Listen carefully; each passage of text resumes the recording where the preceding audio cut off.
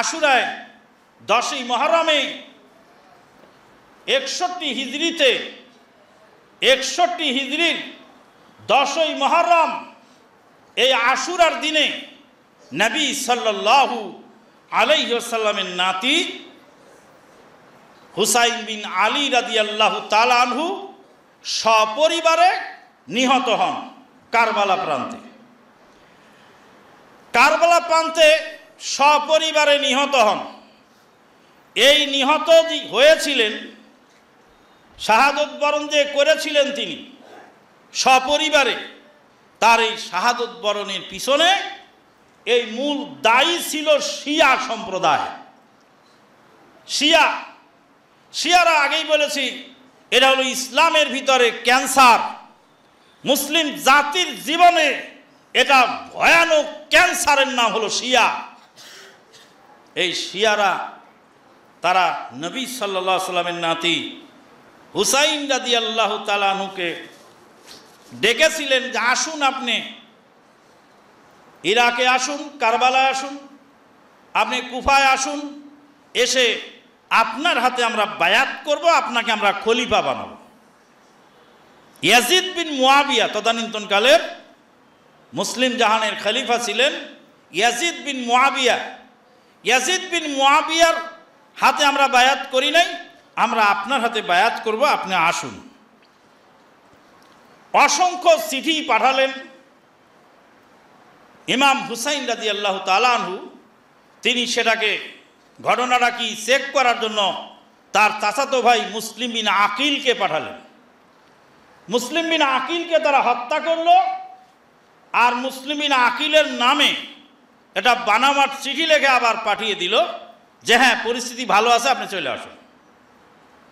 ইমাম হুসাইন রাদিয়াল্লাহু তাআলা আনহু যখন যাচ্ছেন জিলহাজ মাসের শেষের দিকে কুফার উদ্দেশ্যে, তখন আব্দুল্লাহ বিন আব্বাস রাদিয়াল্লাহু তাআলা আনহু, আব্দুল্লাহ বিন ওমর রাদিয়াল্লাহু তাআলা আনহু সহ জলিলুল কাদার সাহাবী, অসংখ্য সাহাবী তখনও জীবিত আছেন। আব্দুল্লাহ বিন আব্বাস রাদিয়াল্লাহু তাআলা আনহু তিনি ইমাম হুসাইন রাদিয়াল্লাহু তাআলা আনহুর ঘোড়ার লাগাম ধরে জিজ্ঞেস করলেন, আয়না তুরিদু ইয়া ইবনা ফাতেমা, হে ফাতেমার মেয়ে ছেলে, তুমি যাচ্ছ কোথায়? তিনি বললেন, ইলাল ইরাকে ওয়াশিয়াতি, আমরা ইরাকে যাচ্ছি, আমরা ইরাকে যাচ্ছি, আমাদের সমস্ত ওখানে আমাদের ভক্ত অনুরক্ত আছে, তাদের কাছে যাচ্ছি। আব্দুল্লাহ বিন আব্বাস রাদিয়াল্লাহু তাআলা আনহু বললেন, ইলা হাউলাইল কওমিল্লাযিনা কাতালু আবাকা ওয়া তাআনু আখাকা, ওই সমস্ত বেঈমান কওমের কাছে আপনি যাচ্ছেন যারা আপনার বাবাকে হত্যা করেছে। আলী রাদিয়াল্লাহু তাআলা আনহুকে তারাই হত্যা করেছে, তো আপনার বাবাকে তারা হত্যা করেছে, আপনার ভাইকে তারা আঘাত এনেছে, তাদের কাছে আপনি যাবেন না, যাওয়া ঠিক হবে না। সাহাবায়ে কেরামগণ বাধা দিলেন। আমাদের দেশের এক শ্রেণীর লোকেরা শিয়াদের ইতিহাস পড়ে ইতিহাস বিভ্রান্ত হয়ে তারা বলে থাকেন হক বাতিলের লড়াই এই কারবালার লড়াই। কারবালার লড়াই হক বাতিলের লড়াই ছিল না, এটা ছিল ইজতিহাদি বিষয় আর শিয়াদের প্ররোচনা এবং ধোঁকা। হক বাতিলের লড়াই ছিল না, তার প্রমাণ হলো তিনটি। কয়টি? এক নাম্বার প্রমাণ হলো ইমাম হুসাইন রাদিয়াল্লাহু তাআলা আনহু যখন যাচ্ছেন তখন সাহাবায়ে কেরামগণ তার সঙ্গে শরিক না হয়ে তাকে বাধা দিলেন। তাহলে একজন লোক হক প্রতিষ্ঠা করতে যাচ্ছেন, বাতিলকে দমন করতে যাচ্ছেন, আর সাহাবীগণ বাধা দিচ্ছেন, তো সাহাবীরা কি বাতিলের পক্ষে? নাউজুবিল্লাহ মিন যালিক। এটা হলো এক নাম্বার প্রমাণ। দুই নাম্বার প্রমাণ হলো ইমাম হুসাইন রাদিয়াল্লাহু তাআলা আনহুর সোলজারে যত লোক ছিল প্রায় 72 জন লোক, তার অধিকাংশ নারী এবং অসহায় শিশু। কেউ যদি বাতিলকে দমন করার জন্য, হক প্রতিষ্ঠার জন্য যুদ্ধ করতে বের হন, সে কি পরিবারের ছোট বড় আন্ডা বাচ্চা নারী অসহায় তাদেরকে নিয়ে বের হন? তাদেরকে তো নিয়ে বের হয়েছেন কেন? যদি হক প্রতিষ্ঠার লড়াই হয় আর বাতিলকে দমন করার লড়াই হয়, তাহলে তো তিনি আন্ডা বাচ্চা নিয়ে যেতেন না। সাহাবায়ে কেরামগণ বলেছিলেন যে আপনাকে যদি যেতেই হয় তাহলে অন্ততপক্ষে আপনি এই অসহায় নারী এবং বাচ্চাদেরকে রেখে যান। ইমাম হুসাইন রাদিয়াল্লাহু তাআলা আনহু শিয়াদের এই প্ররোচনা বুঝতে না পেরে, প্রবঞ্চনা বুঝতে না পেরে তিনি সরল মনে সেখানে রওনা দিলেন। দুইটা কারণ বোঝা গেল তো। এক নাম্বার কারণ, সাহাবায়ে কেরামগণ তার সাথে গেলেন না এবং বাধা দিলেন। দুই নাম্বার কারণ হলো তিনি গেলেন অসহায় নারী এবং শিশুদেরকে সাথে নিয়ে। তিন নাম্বার কারণ হলো সেখানে তিনি পৌঁছার পরে যখন দেখলেন শিয়ারা ধোঁকা দিয়েছে, তখন তিনি আবার ফেরত যাওয়ার চেষ্টা করলেন।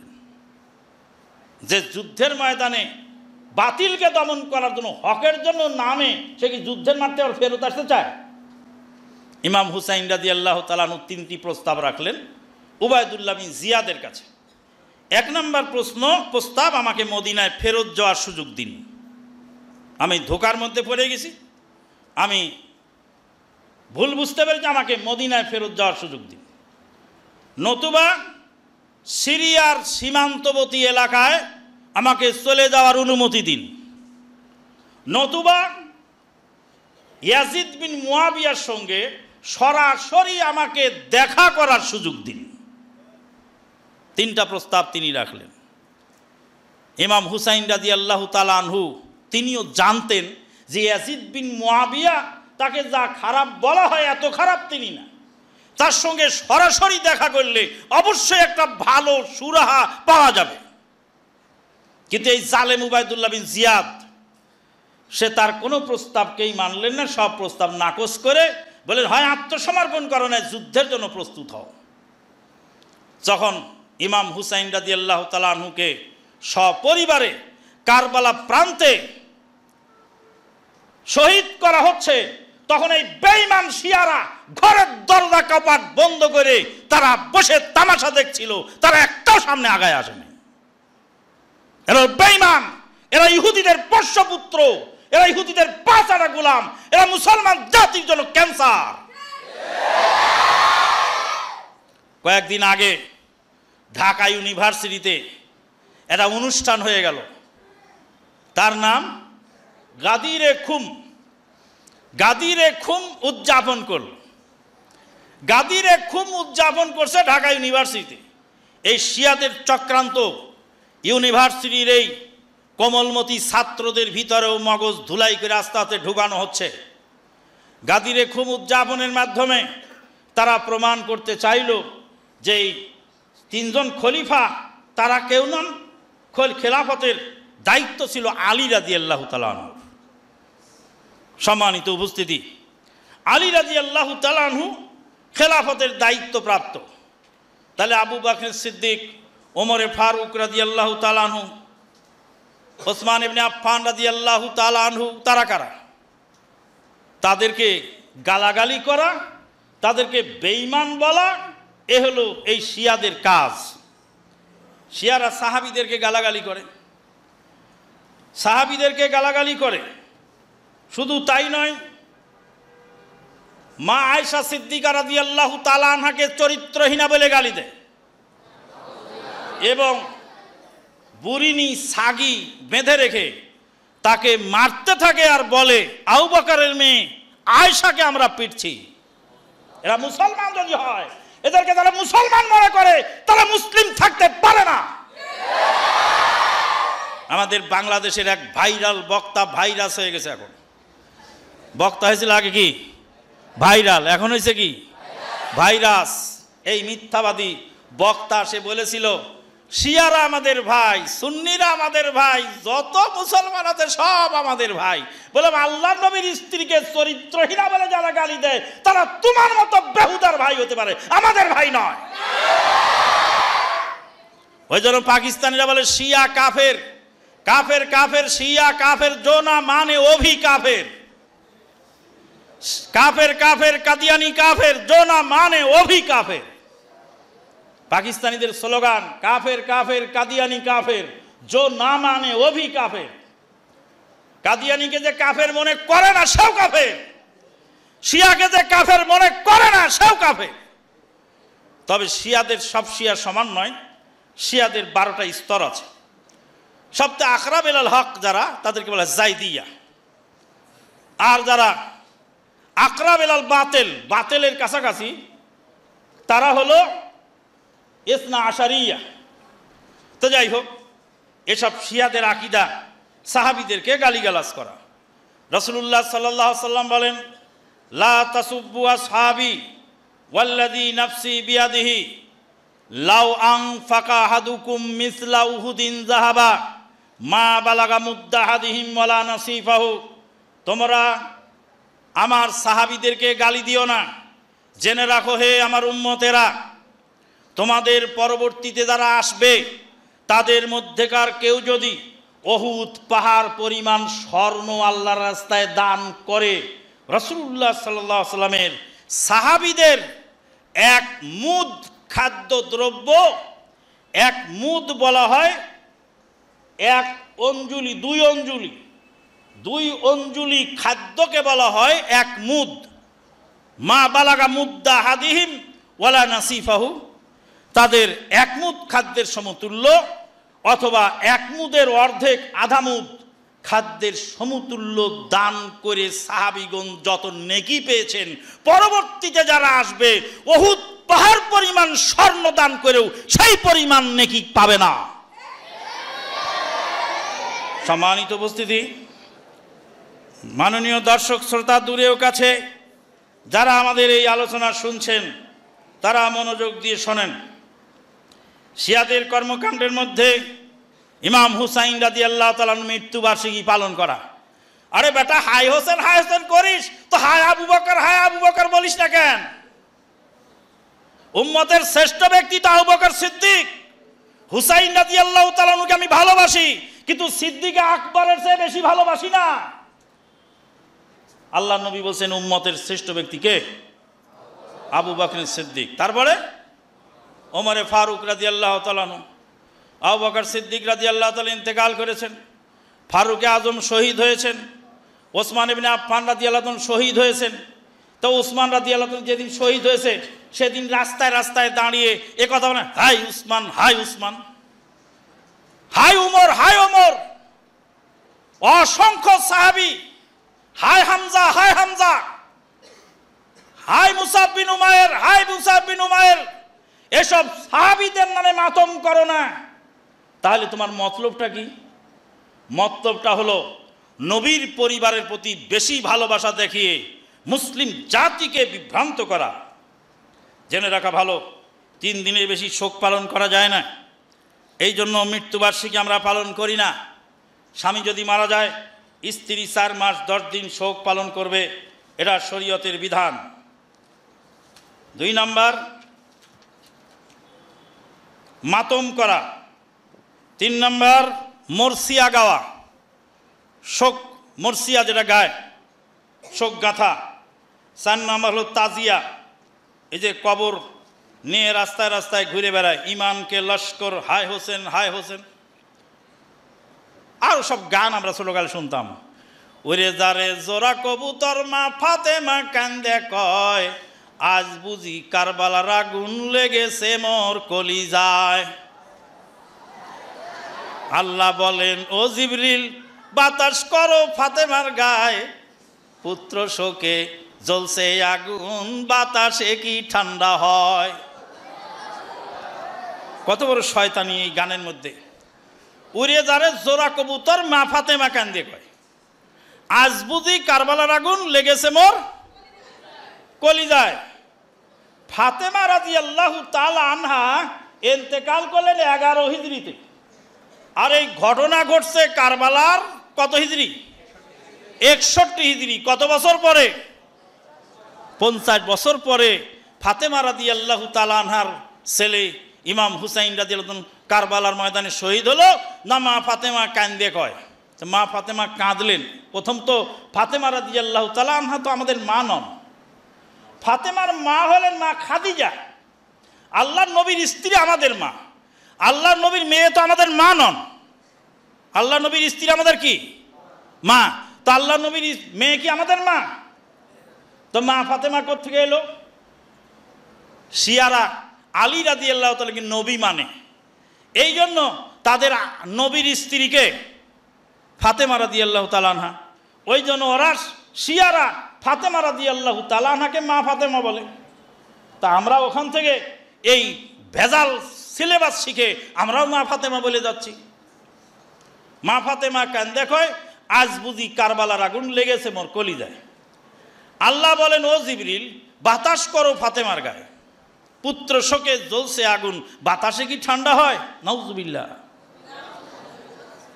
আল্লাহ পাক জিবরিল আমিনকে পাঠালেন, ফাতেমাকে বাতাস করে শান্ত করো।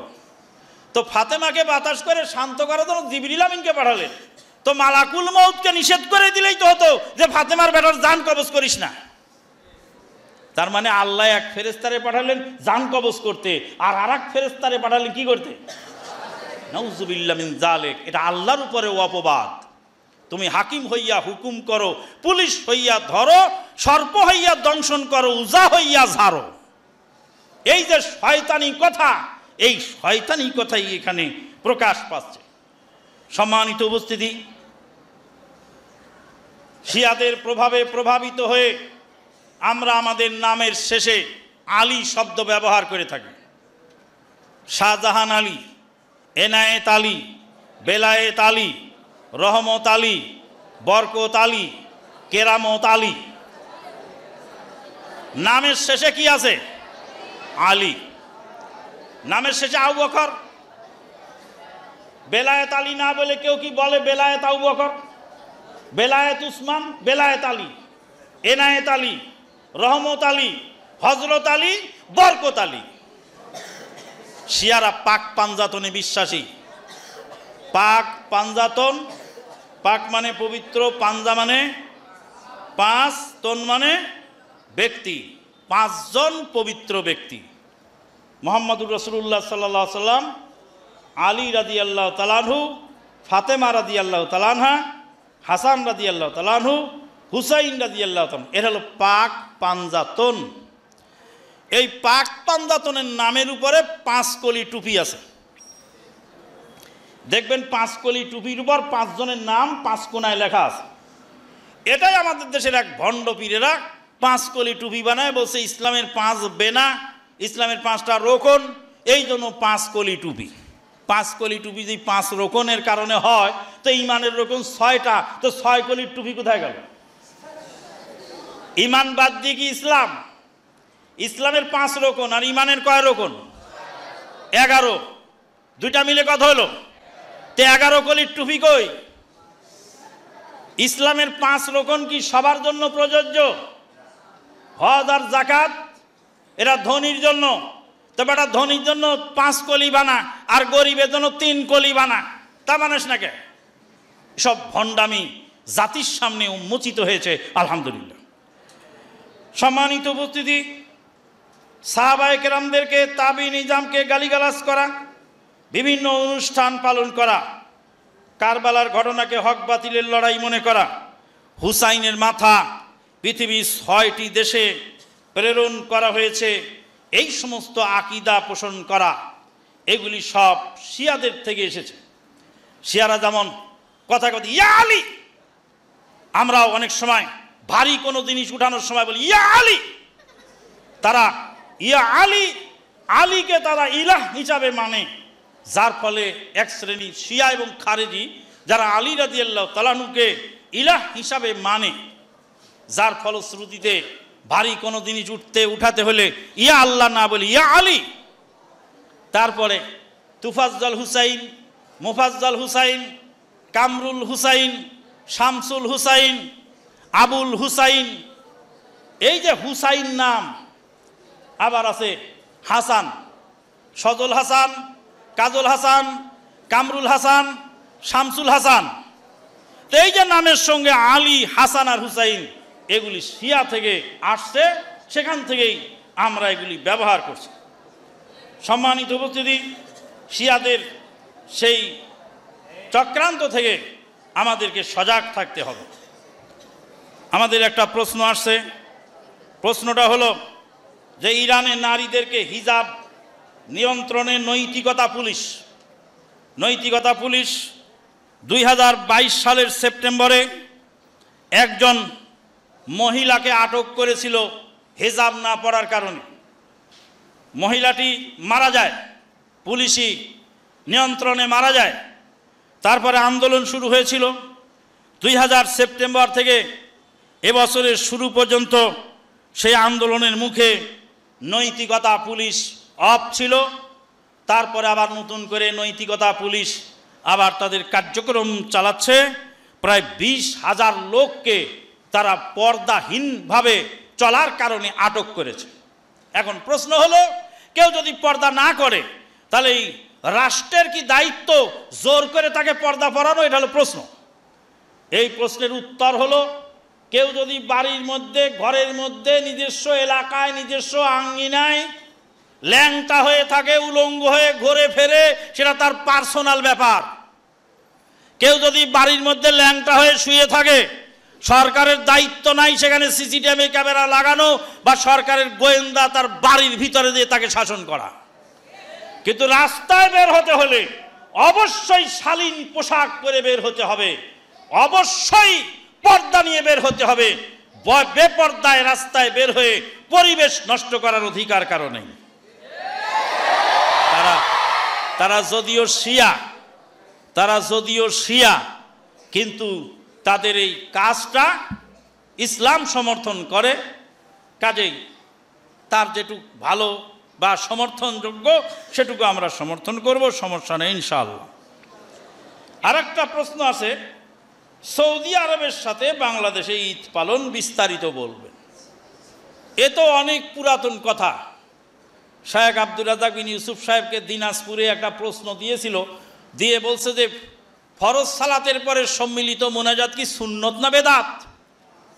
তো আব্দুর রাজ্জাক বিন ইউসুফ সাহেব বলছে আবে, ফরজ সালাতের পরে সম্মিলিত মোনাজাত বেদাত, এটা আমাদের দেশের আহলে হাদিসরাও জানে, হানফিরাও জানে, হিন্দুরাও জানে। বলছে আমাদের দেশের হিন্দুরাও জানে ফরজ সালাতের পরে সম্মিলিত মোনাজাত বেদাত। কেন জানে? বলে এটা নিয়ে মারামারি গোলমাল করতে করতে করতে করতে এখন আমার দেশের হিন্দুরাও জেনেছে যে ফরজ সালাতের পরে সম্মিলিত মোনাজাত বেদাত। যে আমি ওই প্রশ্নের উত্তর ওইভাবে বলতে চাই যে সৌদি আরবের সাথে ঈদ পালনে তো অনেক পুরাতন সাবজেক্ট। কামারুজ্জামান বিন আব্দুল বারি জামালপুর বেলোটিয়া কামেল মাদ্রাসার হেড মুহাদ্দিস, তার লেখা বই, এখন বর্তমান ভাইস প্রিন্সিপাল, জামালপুর বেলোটিয়া কামেল মাদ্রাসার ভাইস প্রিন্সিপাল এবং জামালপুর দক্ষিণ জেলা আন্দোলনের সেক্রেটারি জেনারেল আমাদের দিনী ভাই কামারুজ্জামান বিন আব্দুল বারি, ওনার লেখা বই সারা বিশ্বে একই দিনে ঈদ ও সিয়াম পালনকারীদের ভ্রান্তি বিলাস। এই ভ্রান্তি বিলাস বইটা পড়বেন, দাঁত ভাঙা জবাব ওর মধ্যে দেওয়া আছে। লালু আর ভুলু কে কি বলেছে ওটা দেখার সময় নেই। মৌলিক কথা হলো, যারা সৌদি আরবের সাথে ঈদ পালন করতে চায় তাদের খোঁড়া যুক্তি কয়েকটা আছে। 1 নাম্বার যুক্তি হলো, সৌদি আরবে বেলা ডোবে 3 ঘন্টা পরে আর বাংলাদেশে বেলা ডোবে 3 ঘন্টা আগে, তো এই 3 ঘন্টার জন্য কি একদিন বাতিল হয়ে যাবে? 3 ঘন্টা কম বেশ দিনের, তে 3 ঘন্টার জন্য একদিন বাতিল হয় কি করে? এটা একটা যুক্তি। এ যুক্তির জবাব হলো, আজকের বুধবার বেলা ডুবার 1 মিনিট আগে নওদাপাড়া গ্রামে একজন মহিলা একটি বাচ্চা প্রসব করেছেন। আজকের বুধবার বেলা ডুবার পরে নওদাপাড়া গ্রামে আর একজন মহিলা বাচ্চা প্রসব করেছেন। আকিকা বাচ্চা একটা বেলা ডুবার আগে বুধবারে আর একটা বেলা ডুবার পরে, আকিকা কি একদিনেই হবে? কেন? যিনি বেলা ডুবার আগে জন্ম নিয়েছেন তিনি বুধবার পেয়েছেন, দিনটা পেয়ে গেছেন, তার জন্মদিন বুধ, বৃহস্পতি, শুক্র, শনি, রবি, সোম, মঙ্গলবারে তার আকিকা হবে। আর যিনি বেলা ডুবার 1 মিনিট পরে জন্ম নিলেন, বুধবারের দিনটা উনি পার করে তারপরে জন্ম নিলেন মঙ্গলবারের রাতে, সরি এখন বৃহস্পতিবার রাত চলছে, তাহলে তার গণনা শুরু হবে কি বার দিয়ে? বৃহস্পতিবার। তার আকিকা হবে বুধবার। এবার বলেন 3 মিনিট আগে পরে জন্ম নেওয়ার কারণে আকিকা একদিন আগে পরে গেল কেন? জিলহজ মাসের 13 তারিখ, জিলহজ মাসের 13 তারিখ বেলা ডুবার আগ পর্যন্ত কুরবানির লাস্ট টাইম। চিটাগাং বেলা ডুবে গেছে, জিলহজ মাসের 13 তারিখ শেষ, 14 তারিখের রাত শুরু হয়ে গেছে। চিটাগাংয়ের মানুষের কুরবানি ওই বছরে আর জায়েজ নাই। চাঁপাই নবাবগঞ্জের বেলা তখন আরো 10-12 মিনিট বা কত মিনিট বাকি আছে। চাঁপাই নবাবগঞ্জেও 13 তারিখ, আর চিটাগাংয়েও কি ছিল 13 তারিখ। ওর ওখানে আগে বেলা ডুবার কারণে 13 তারিখ আগে শেষ হয়ে গেল, ওর কুরবানি ওই বছরে শেষ হয়ে গেল। আর যার বেলা এখনো ডোবে নাই, সেই বেলা ডুবার আগে একটা ছাগল বিসমিল্লাহ আল্লাহু আকবার বলে কেটে ফেলতে পারলেই তার কুরবানিটা হয়ে গেল। তাহলে একটা বছরের কম বেশ হলো কয়েক মিনিটের কারণে। কাজে ইসলামী শরীয়ত টাইম অনুপাতে চালাতে হবে। 2 নাম্বার খুঁড়া যুক্তি হলো কিয়ামত কয়দিনে হবে? কিয়ামত কয়দিনে হবে? আমাকে বহুবার প্রশ্ন করে কিয়ামত কয়দিনে হবে? বলে কিয়ামত তো কয়দিনে হবে সেটা তো পরের কথা, তবে সৌদি আরবে কিয়ামত 3 ঘন্টা আগে শুরু হবে। কিয়ামতের সূর্য কোন দিক থেকে উঠবে? পশ্চিম দিক থেকে উঠবে। তাহলে সৌদি আরবে 3 ঘন্টা আগে উঠবে না? তখন সৌদি আরব থেকে ফোন দিয়ে বলে, রে সর্বনাশা বাংলাদেশি, তাড়াতাড়ি তওবা ইস্তেগফার কর, কিয়ামতের সূর্য পশ্চিম আকাশে সৌদি আরবে উঠে গেছে, কিছুক্ষণ পরে বাংলাদেশে উঠবে, সূর্য উঠার আগেই তওবা কর। বলছে না হুজুর, কিয়ামতের সূর্য তামাম পৃথিবীর লোক একসাথে দেখতে পাবে। তাহলে কিয়ামতের সূর্য তামাম পৃথিবীর লোক একসাথে দেখতে পাবে, তো কিয়ামতের সাথে আজকের দিনের হিসাব কেন? 3 নাম্বার হলো যে মুসলিম জাহানের খলিফা রাসূলুল্লাহ ওমর ফারুক রাদিয়াল্লাহু তাআলা আমলে মদিনার চাঁদ দেখা গেলে, তারা আফ্রিকায় চাঁদ দেখা গেলে তারা মদিনায় ঈদ পালন করতেন। মরক্কে চাঁদ দেখা গেলে মদিনায় ঈদ পালন করতেন। কার জামানায়? ওমর ফারুক রাদিয়াল্লাহু তাআলা জামানায়। এক ইঞ্জিনিয়ার এই ফতোয়া আমার কাছে এনেছিলেন। তো বলছিলাম, ইঞ্জিনিয়ার সাহেব মাথা ঠিক আছে তো? আপনি তো কাগজের উপর বিল্ডিং বানান। ইঞ্জিনিয়ারের কাজ হলো কাগজের উপর বিল্ডিং বানানো। রড, সিমেন্ট, বালু, ইট কিছু লাগে না, রাজমিস্ত্রিও লাগে না, যুগালদারও লাগে না, খালি কাগজ দেবেন আর কলম দেবেন, কয়তলা বিল্ডিং চান সাথে সাথে কাগজের উপর বানায় ফেলবে। তা আপনি যে কাগজের উপর বিল্ডিং বানানো লোক, তাই আমি কোনো ইঞ্জিনিয়ারকে খাটো করার জন্য বলি নাই, এই ইঞ্জিনিয়ার হয়ে ফতুয়াবাদী করার কারণে তাকে বললাম। যা আপনি যে বললেন মরক্কে চাঁদ দেখা গেলে সেই খবরে মদিনায় ঈদ পালন করত, কার জামানায়? ওমর ফারুক রাদিয়াল্লাহু তাআলা জামানাতে টেলিফোন, টেলিগ্রাফ, তারপরে ইন্টারনেট এগুলি ছিল কি ছিল? ঘোড়া।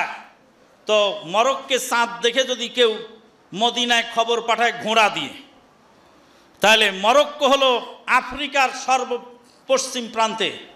মরক্কো থেকে পুরা আফ্রিকার ভূখণ্ড মহাদেশ পাড়ি দিয়ে, লোহিত সাগর পাড়ি দিয়ে, তারপরে জেদ্দা হয়ে মদিনায় খবর পৌঁছাতে পৌঁছাতে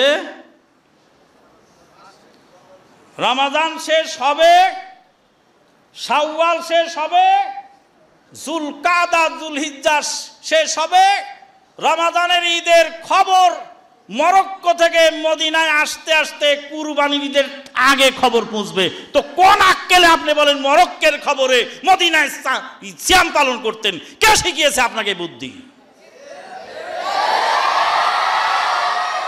শেষ হাদিস যেটা, সেটা হলো এই, রাসূলুল্লাহ সাল্লাল্লাহু আলাইহি সাল্লামের কাছে ঈদের দিনে কিছু লোক এলেন। সময় আছে না? শেষ হয়ে গেছে? হ্যাঁ, শেষ হয়ে গেছে। রাসূলুল্লাহ সাল্লাল্লাহু আলাইহি সাল্লামের কাছে চলে আসলো এই আপনার চাঁদ এই ঈদ পালন করে কিছু সাহাবী ঈদ পালন করে মদিনায় এসেছে। তাহলে কত দূর থেকে এসেছে? খুব দূর থেকে না কাছ থেকে? ঈদের সালাত আদায় করে খাদ্য খেয়ে তারপর আল্লাহ নবীর কাছে এসেছে। কত দূর থেকে আসছে? ঘোড়া নিয়ে আসতে কত দূর হয়? যতটুক দূর হয় এতটুক দূরত্বে যদি একদিনে চাঁদ দেখা যায় তাহলে সেখানে তো সিয়াম পালনে কোনো বাধা নেই। ওয়া আখিরু দাওয়ানা আনিল হামদুলিল্লাহি রাব্বিল আলামিন সুবহানাকাল্লাহুম্মা বিহামদিক আশহাদু আল্লা ইলাহা ইল্লা আনতা আস্তাগফিরুকা ওয়া আতুবু ইলাইক। আসসালামু আলাইকুম ওয়া রাহমাতুল্লাহি ওয়া বারাকাতুহু। এই কেউ উঠবে না, বসুন সবাই। জাযাহুল্লাহু খায়রাল জাযা ফি দারাইন শেখ আমানুল্লাহ বিন ইসমাইল, আলহামদুলিল্লাহ, আল্লাহ তাকে হায়াতে তাইয়্যিবা দান করুন। সকলে বলেন আল্লাহুম্মা আমিন। এই বৈঠক